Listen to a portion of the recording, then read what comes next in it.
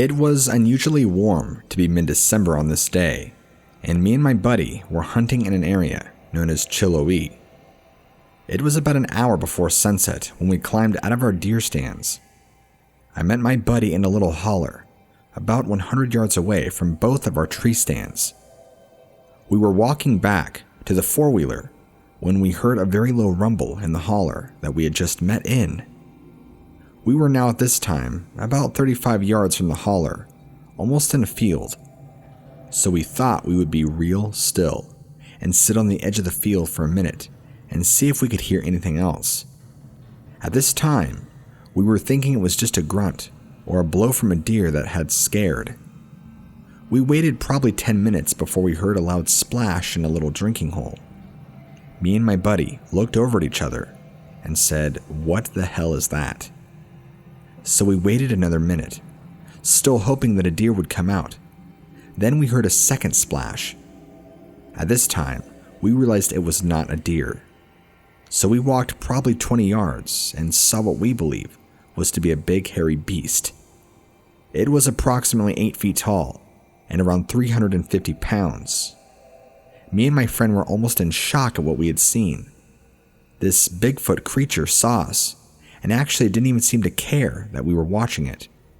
It just kind of lingered there in the area for another minute before walking over a small ridge where we lost sight of it. And to be honest, he kind of just lingered there around the area for another minute before walking over a small ridge where we lost sight of it.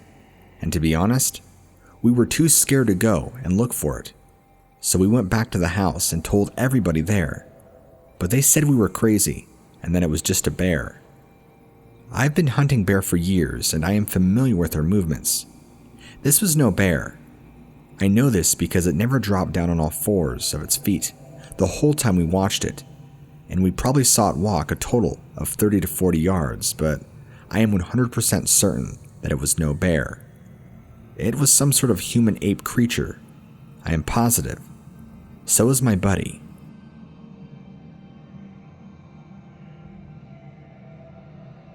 Back in the summer of 1995, myself and 4 friends were camping at the base of a mountain in our town in eastern Tennessee. Normal night with our friends until the campfire died down. We were on an old road bed and had been breaking all kinds of dead trees for fire. As we were doing this, a lost hunting dog came to us. When it did, we gave it some peanut butter, and the poor starving thing ate, and then carried off the plastic jar. We didn't think anything else of him until a few hours later. The fire began dying down, and me and 3 of my friends were sitting, leaning against the embankment as the dog came running back to us, shivering. Well, we were all kind of like, what the hell? I'm getting chills as I type this. We were looking in the direction where the dog came from, and we saw this large dark shadow just out of sight, and just out of the light. Just out of our clear vision from the fire. Me and all my friends froze. The dog was whimpering, and that's not normal for a coon dog. We saw the shadow turn towards us, and we all saw the reflection of its eyes. It paused to look for all of us for 45 seconds, and then, like it was shot out of a cannon, this loud sound like it was running through the woods, breaking trees at this point. Fear had overwhelmed all of us. We had been in the area of woods many times over the years, built large fires as large as we could, and none of us slept the rest of that night. When we saw what we considered to be a Bigfoot, there was this terrible wet animal smell. It was unmistakable. To this day, I have never smelled an animal like it since. Approximately 3 to 4 years later, me and one of the guys were at the top of the mountain, not far from there, at a large natural sand cave and a large waterfall. We got bored as people do that age and went to the top of the sand cave to sit at the edge of the waterfall. As we climbed up to the top, we had that same smell hit us, and that same type of destruction was present. Trees about 3.5 to 4 feet up were just broken off, like the first time we ever encountered this. We looked around and followed the path as far as we could until it ran out. We all still talk about this to this day, and we all get cold chills when we do. My wife was going to work around the end of July in 2002 and saw something by the side of the road. It was tall and dark colored. She slowed down because she thought it was somebody who might have broken down. The thing was at the edge of the road near a creek. As she stopped, it crossed the road and leapt onto a dirt bank about 5 to 6 feet off the road and went into the woods. A day or two later, as she was going to work, she saw something standing by the edge of the road in the same area. It was tall and dark with reddish eyes. It made no effort to come into the road and went back into the woods. All of these events occurred during the early morning hours on a remote section of mountainous road in Stony Creek section of Carter County on Highway 91. On August 1st, 2002, I was letting my dog out of the house because I thought he had to go to the bathroom. My female dog would not leave the house, and my male dog went onto the porch and stared at a field adjacent to my house. This was 3 in the morning. He would not leave the porch, and his ruff was up, and he would growl really low. When I looked around and saw something in the field, about 2 o'clock from my elevated position. I could not get a direct look at what it was, but it was large enough to be seen bent over in a field of nearly mature untopped tobacco. When it realized it was spotted, it made a chuffing noise, between a growl and a guttural throat sound. At this time, I noticed another figure in the field moving off into a shadowy area between a barn and a road behind my location. This was a smaller version of what was in the field near me. The thing in the field, from me, stayed there until the thing that had crossed the road made a similar chuffing sound.